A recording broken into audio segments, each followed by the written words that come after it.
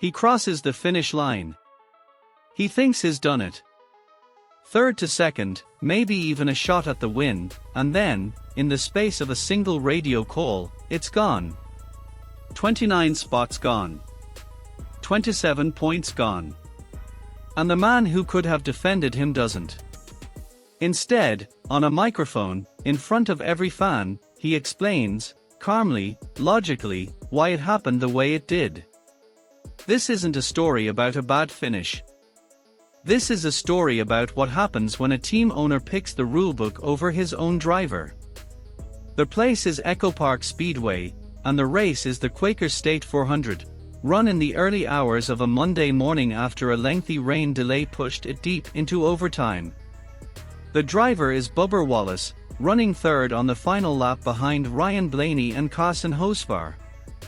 As Blaney pulled alongside Hocevar entering turn 1, Wallace saw a gap and went for it 3 wide. He crossed below the double yellow line in the process. NASCAR reviewed it and ruled that Wallace had, for at least a moment, been in the lead during that move, meaning he had advanced position below the line. Under Section 8.7.2.a of the NASCAR rule book, that is a straightforward penalty, no matter how it ends up on the scoreboard. Wallace was dropped from a second-place finish all the way to 29th, the last car on the lead lap.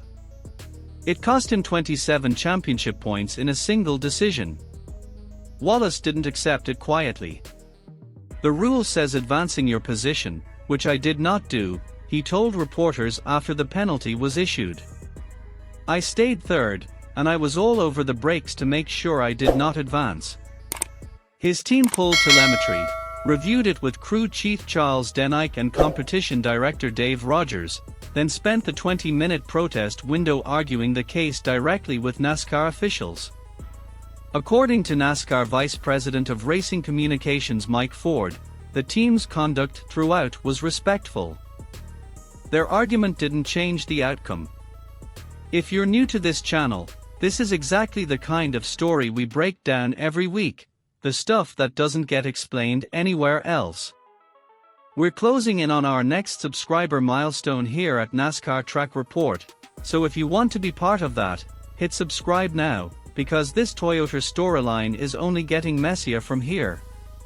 Because the penalty wasn't even the part that stung the most. Wallace pointed to what happened before the final lap move, a shove from teammate Ty Gibbs at the end of stage 2 that knocked him out of 6th position and cost him stage points. The two drivers ran into each other on pit road after the race, and it did not go well.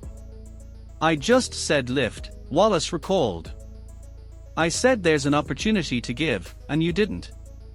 He was like, well, don't block me. It's like, bro, you hit me square in the bumper. The block was well ahead, you seen it coming. Gibbs had a very different account of the interaction. I went to tell him sorry because he cleared himself and then, unfortunately, he showed a lot of disrespect, Gibbs said. I tried to help him out there at the end and push him to win. 2 Toyota-affiliated drivers, 1 pit road, 0 resolution. That's when this stopped being a 2-driver argument and became something bigger. Denny Hamlin, Wallace's own team co-owner at 2311 Racing, addressed the entire situation on his Actions Detrimental podcast. Car owners, as a rule, defend their drivers publicly. Hamlin didn't. He laid out, in detail, why he believed Wallace's block on Gibbs put Gibbs in an impossible position, and he said it on a podcast with his name on it, not in a private team meeting. Hamlin's reasoning deserves real attention, because it wasn't a throwaway comment, it was a fully built argument. I've always thought, generally speaking, when it comes to blocking, a block is fine, Hamlin said. It can be as late as it needs to be as long as you're clear, you can make the block as late as you want to make it, as long as it doesn't require the person coming with the run to check up. But he drew a hard line at moves that forced the trailing car to hit the brakes to avoid contact. Applied to Wallace's block on Gibbs at the end of stage 2, Hamlin didn't hedge. I think this was one of those situations where it was a tough ask, to ask the 54 Gibbs to check up that much. There was just so big of a speed variance. I just don't think that's a reasonable ask of anyone. If Ty does get on the binders there, he puts himself in danger to help you, and I don't think anyone is signing up for that. That's a team owner telling the world his own driver's move was unreasonable. On the surface, it sounds like clean racing logic, a simple, consistent standard for what a fair block looks like. But this wasn't a random driver he was critiquing. This was Bubba Wallace, the man who drives for his own team, being told by his own boss that the other guy had a point. And Hamlin didn't stop there. In the same breath, he turned the same standard on his other 2311 driver, Tyler Reddick. I was a little upset with the 45 Reddick as well, Hamlin said. It seems like with some of the blocks and stuff, it leaves you no choice. Yes, you might be clear, but you're leaving me no choice, the competition no choice. That detail matters. By calling out Reddick using the exact same logic he used against Wallace, Hamlin reframed the whole thing. This wasn't him picking a side in a personal dispute.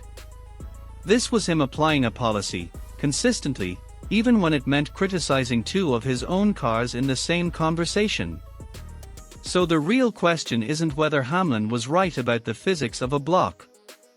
It's whether a team owner should be litigating his own driver's etiquette on a public podcast at all.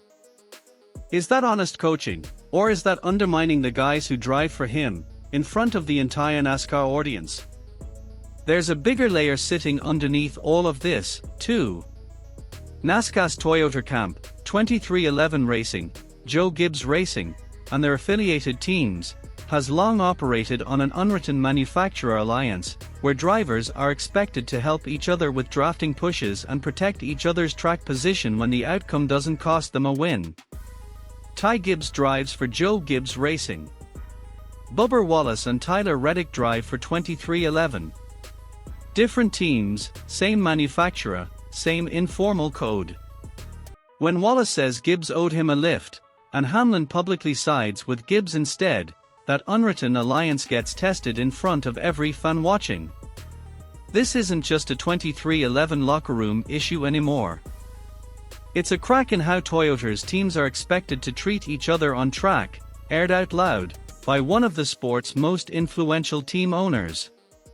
Widen the lens further, and the timing makes it worse. Wallace remains 13th in the regular season standings, sitting 55 points above the cut line, but has finished outside the top 20 in 6 of his last 9 events, and he lost points at both ends of the Echo Park race, the Stage 2 shove and the final lap penalty combined. As Wallace put it himself, everyone behind us in points is like, oh, 23. They see that and are licking their chops. Heading into a playoff push, any lingering tension between Wallace, Gibbs, and Hamlin isn't just a headline, it's a distraction 2311 Racing can't afford to be carrying into the postseason. So where does this go from here? One path has Hamlin's comments blow over as just another blunt moment on a weekly podcast, the kind of tough love critique he's leveled at teammates and rivals alike over the years. The other has this become the moment Wallace remembers the next time his own team owner is asked to defend him. Right now, nobody inside 2311 Racing has said which path this is heading down. So we'll leave it to you. Was Denny Hamlin just calling the physics of a late block honestly, even when it meant criticizing his own driver? Or did he throw Bubba Wallace under the bus in front of the entire NASCAR world? Team Wallace or Team Hamlin, drop it in the comments, share this with someone who needs to see it, and if you enjoy real NASCAR breakdowns like this, you'll like what's coming next.